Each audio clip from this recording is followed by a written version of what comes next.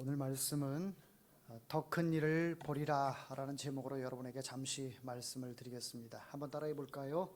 더 큰 일을 보리라. 더 큰 일을 보리라. 할렐루야.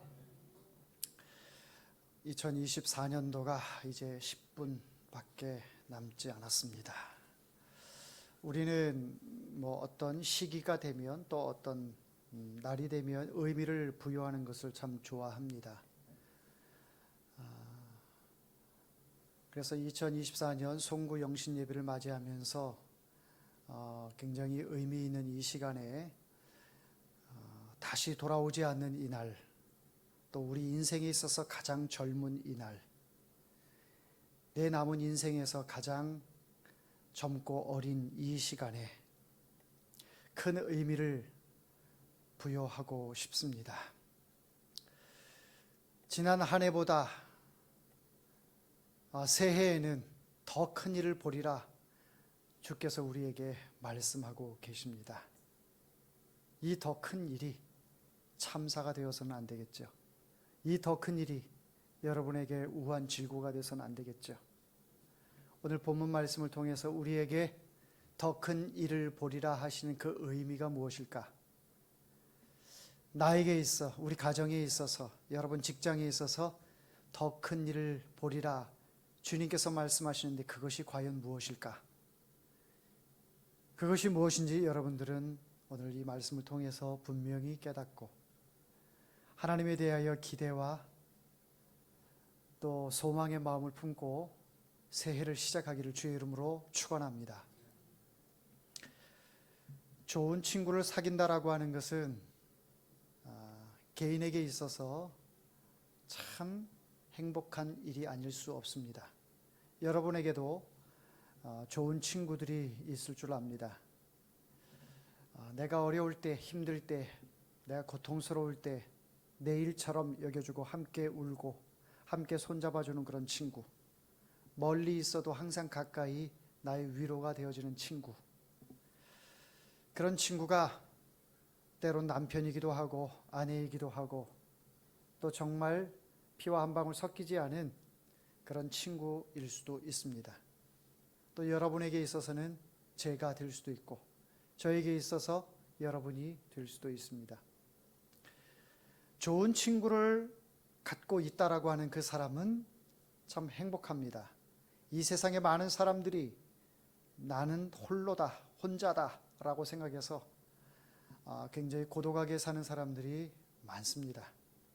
핵가족화 되었고 1인 가구가 많다 보니까 그 외로움은 옛날에 겪었던 것보다 훨씬 더 그 무게감은 많이 느껴지는 것 같습니다. 그런데 함께 있는데도 왜 외로움을 떨쳐버릴 수 없을까요? 분명히 같은 공간에 있고 같은 이불을 덮고 있고 같이 있는데도 왜 외로움이 느껴지는 걸까요?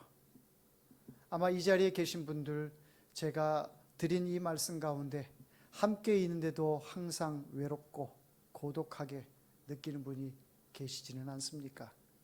또 여러분들 가족 가운데에 그런 외로움에 빠져 있는 사람은 있지는 않습니까? 혹 그런 가족이 있다면, 그런 일가 친척들이 있다면 여러분들이 좋은 친구가 되어 주시기를 바랍니다.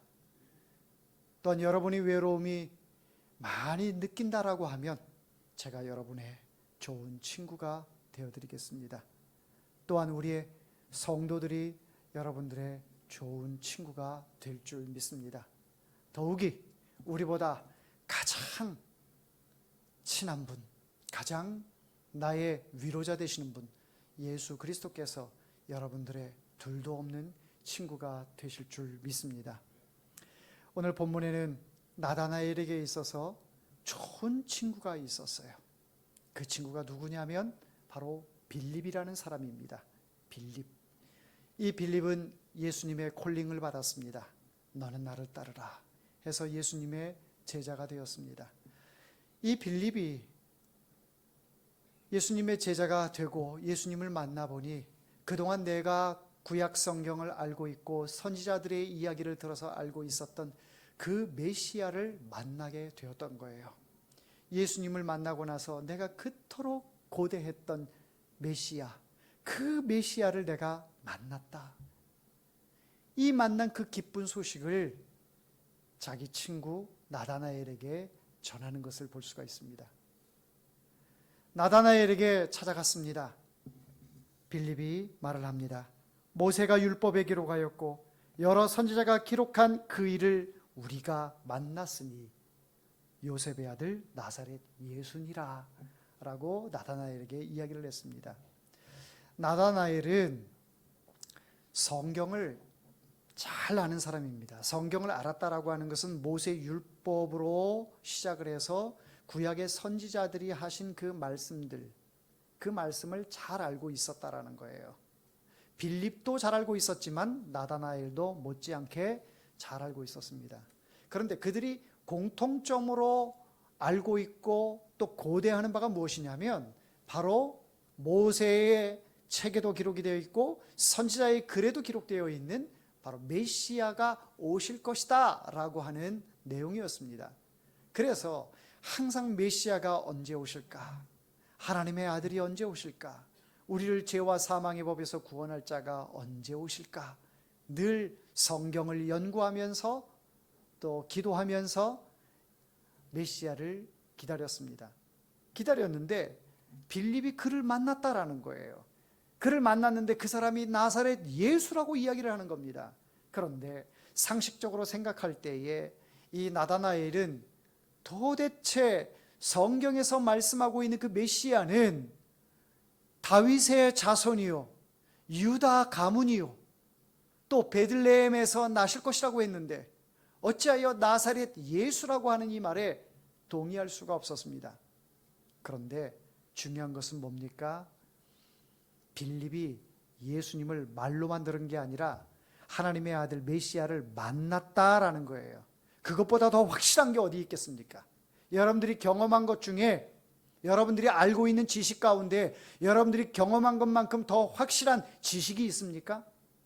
경험한 거는 누가 뭐라고 해도 내가 확신을 가지고 말을 할 수 있는 거죠. 바로 빌립이 그랬습니다. 예수님을 만나고 나서 확신을 가졌습니다.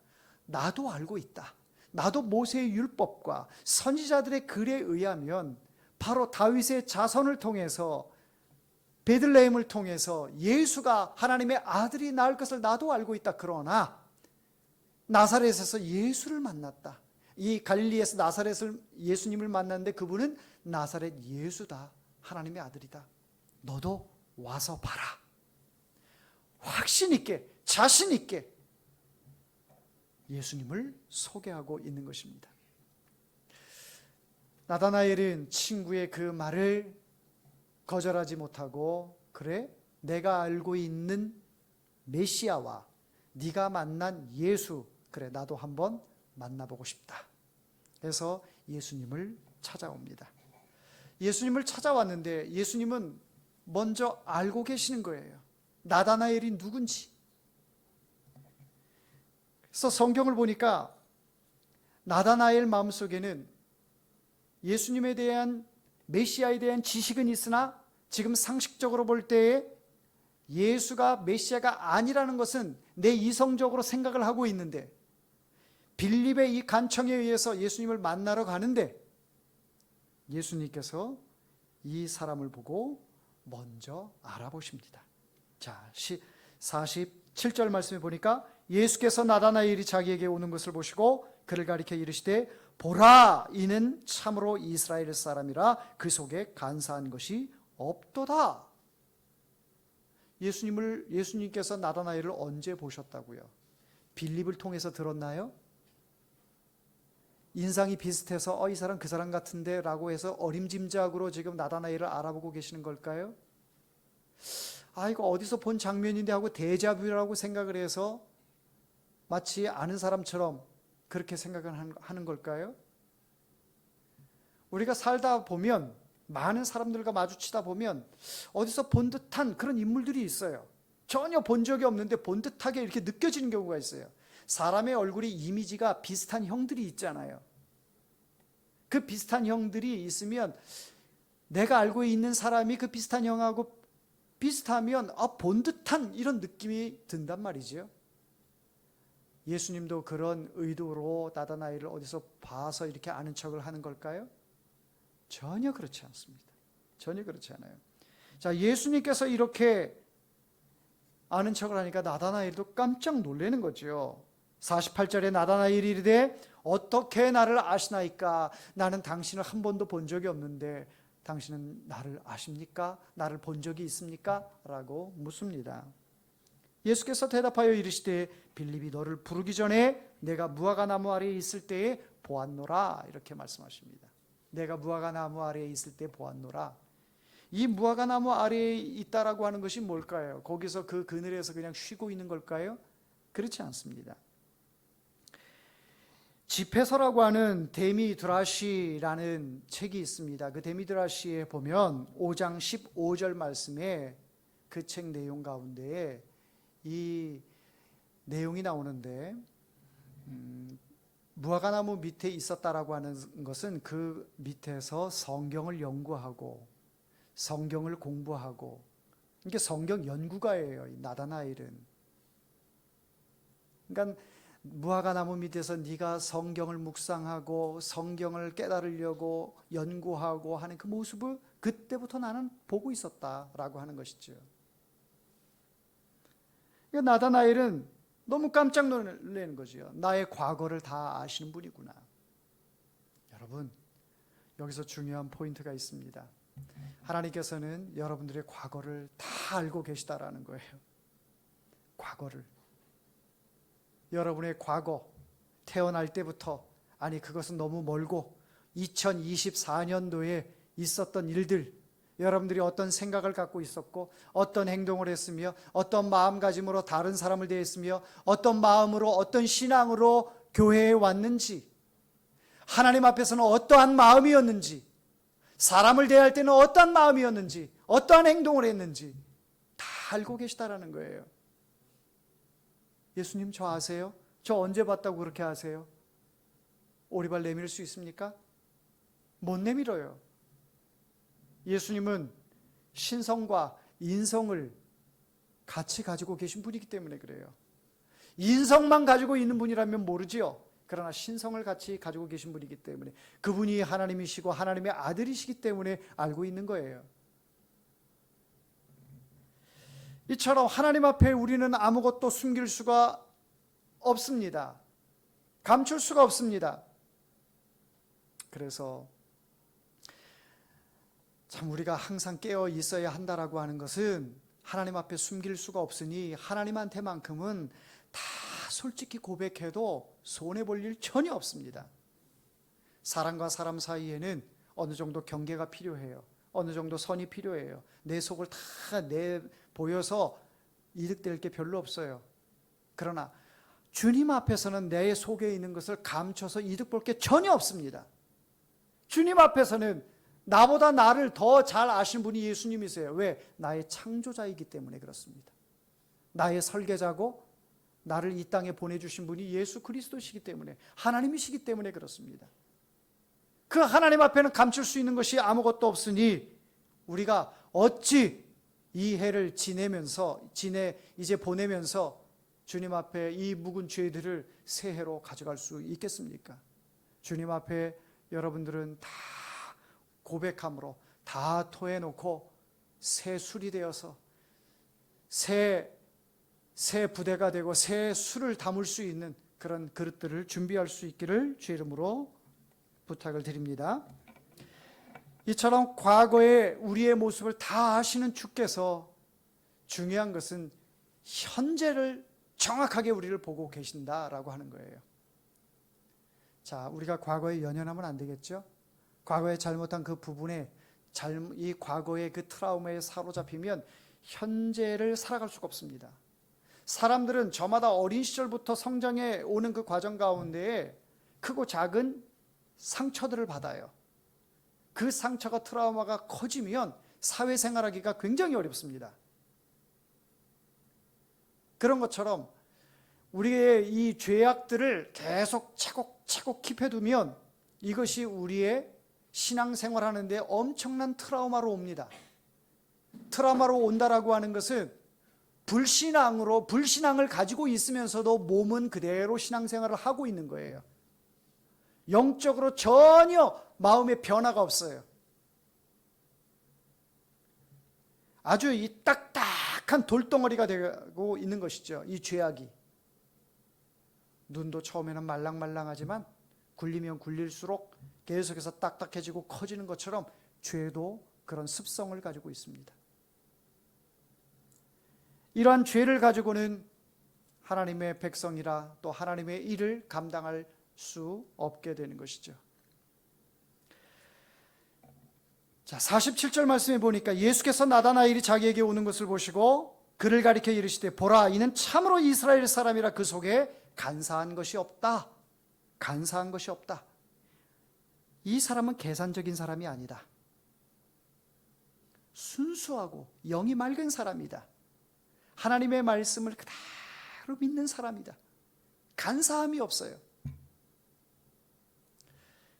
이런 사람을 통해 하나님께서는 역사하셔요. 간사함이 없는 사람. 그러니까 현재의 이 나다나엘이라는 사람이 예수님 앞에 서 있는 나다나엘이 간사함이 없어요. 과거에 어떻게 살아왔는지 그것도 하나님 앞에 청산해야겠지만 현재 하나님 앞에 서 있는 나의 모습, 이 모습이 간사함이 없고 하나님이 인정하는 사람이 되어야 합니다.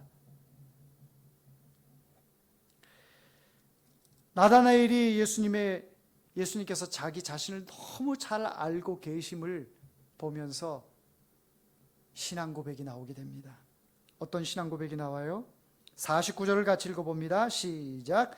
나다나엘이 대답하되 랍비여 당신은 하나님의 아들이시요 당신은 이스라엘의 임금이로소이다. 당신은 하나님의 아들이시요 당신이 하나님의 아들이시요 나의 임금이다. 이스라엘의 임금이다. 나의 왕이다 라고 이렇게 고백을 하고 있는 것이죠. 분명히 구약에 능통한 사람이고 성경에 능통한 사람인데 이 사람이 알고 있는 메시아는 어떤 가문과 지역을 통해서만 알고 있다가 정작 나사렛 예수라는 나사렛에서 어떻게 선한 것이 날 수 있으며 어떻게 하나님의 아들이 날 수 있는가 라고 생각을 했는데 예수님을 만나고 나니까 이 상식이 다 깨지게 되었습니다. 여러분 예수님을 만나면요 우리의 상식이 깨집니다. 우리의 지식이 깨져요. 우리의 이성의 판단이 깨집니다. 예수님을 보고 나면 예수님을 만나고 나면 나의 알고 있는 지식과 지혜와 경험 이 모든 것들이 다 깨지게 돼 있어요.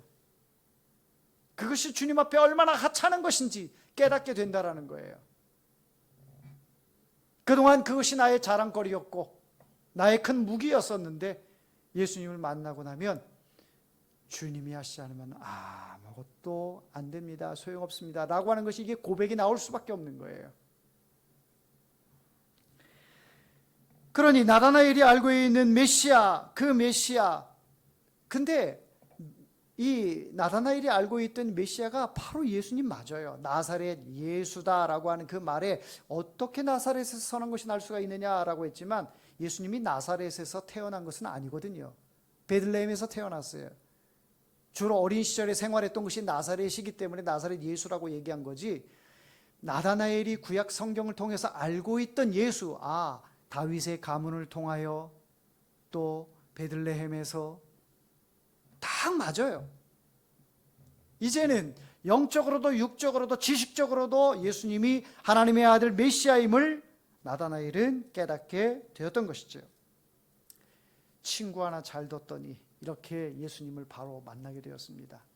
여러분 나다나엘이라는 이름으로는 이 이후에는 나오지는 않아요. 그러나 예수님의 제자 바돌로메의 이름으로 나옵니다. 바돌로메가 바로 이 나다나엘이에요. 그래서 예수님의 빌립과 같이 예수님의 제자가 되어서 사역을 감당하게 되다가 나중에는 주의 복음을 전하다가 순교하는 그런 일까지 나가게 됩니다.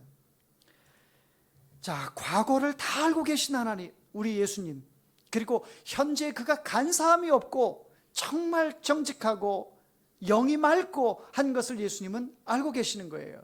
그러나 여기에서 머물지 않고 과거와 현재를 바라보고 계시지만 이 나다나엘을 통해서 미래에 대한 이야기를 하고 있습니다. 자, 50절 말씀을 같이 읽겠습니다. 예수께서 대답하여 이르시되 내가 너를 무화과나무 아래에 보았다 함으로 믿느냐? 이보다 더 큰 일을 보리라. 할렐루야. 이보다, 한번 따라합니다. 이보다 더 큰 일을 보리라. 아멘. 무화과나무 밑에서 내가 성경 공부하고 있던 거, 그거를 내가 알고 있다고 해서 놀랄 것이 아니라 이보다 더 큰 일을 네가 보리라. 이보다 더 큰 일. 그 큰 일이 뭘까요? 개인적으로 나다나엘이 어떤 사업이 잘 되는 것일까요? 나다나엘의 가정들이 다 평안하고 질병도 없고 건강하고 하는 일마다 잘 되고 이런 것일까요? 예수님께서 이보다 더 큰 일을 보리라라고 하신 그 의도가 뭘까요? 예수님께서는 분명히 이보다 더 큰 일을 보리라 하셨는데 그 큰 일이 뭐냐? 51절 같이 읽어봅니다. 또 이르시되 진실로 진실로 너희에게 이르노니 하늘이 열리고 하나님의 사자들이 인자 위에 오르락 내리락 하는 것을 보리라 하시니라. 더 큰 일이라고 말씀하시면서 인자 위에 사자들이 오르락 내리락 하는 것을 보리라 이렇게 말씀하셨어요. 굉장히 추상적이에요. 이 내용을 어떻게 해석해야 될까? 나다나엘이 그것을 본다고 했는데 이 더 큰 일을 보리라 했는데, 여러분, 야곱이 형의 낯을 피해서 도망을 갑니다. 바단 아람으로 도망을 가서 그날 밤에 밤새도록 고생을 하죠. 막 천사가 사닥다리가 내려와서 오르락 내리락 하는 것을 막 봅니다. 바로 그러한 것을 나다나엘이 보리라라고 예수님께서 말씀하고 있는 거예요. 오직 하늘의 일, 영원한 진리를 보게 될 것이다 라는 것이죠.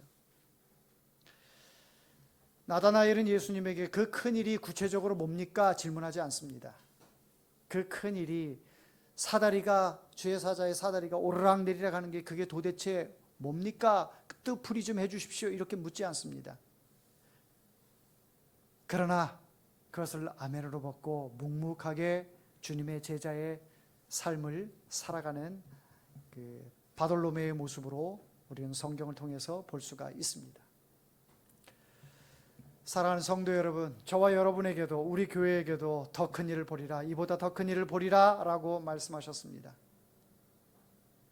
그러나 우리가 꿈꾸는 더 큰 일, 우리가 생각하는 그 큰 일, 예수님께서 우리를 향해서 하시는 말씀, 더 큰 일을 보리라라고 하신 그 큰 일을 우리가 본다고 했는데 그 일이 뭘까?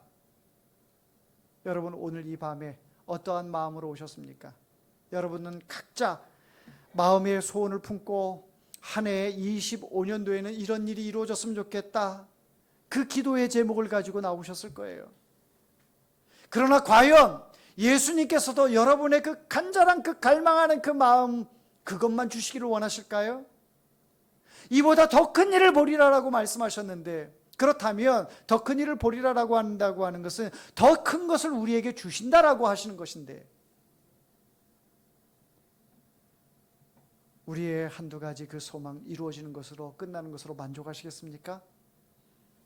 하나님께서 여러분들을 더 크게 쓰시고 하나님께서 여러분들 가정 가운데 더 주님의 가정이 되기를 바라고 계시고, 또 여러분들이 나다나엘에게 복음을 전했던 빌립처럼 주님을 알지 못하는 사람들에게 더 큰 복음의 소식, 복된 소식을 전함을 통해서 가정의 변화가 일어나고 여러분들 주변에 변화가 일어나는 주님의 이 더 큰 일을 계획하고 계시다라고 한다면 여러분들은 믿으시겠습니까?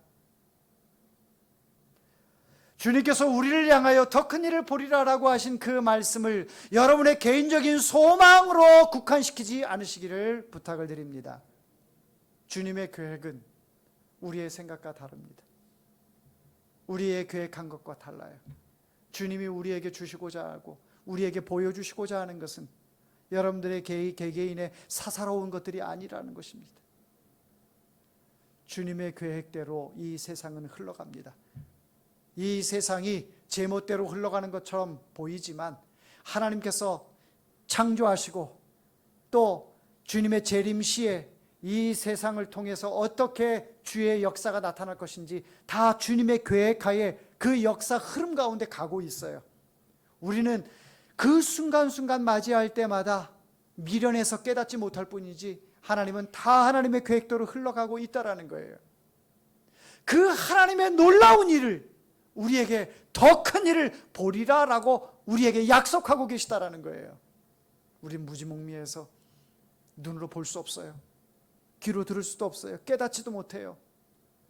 누가 그런 대참사가 일어날 것이라고 생각을 했겠습니까?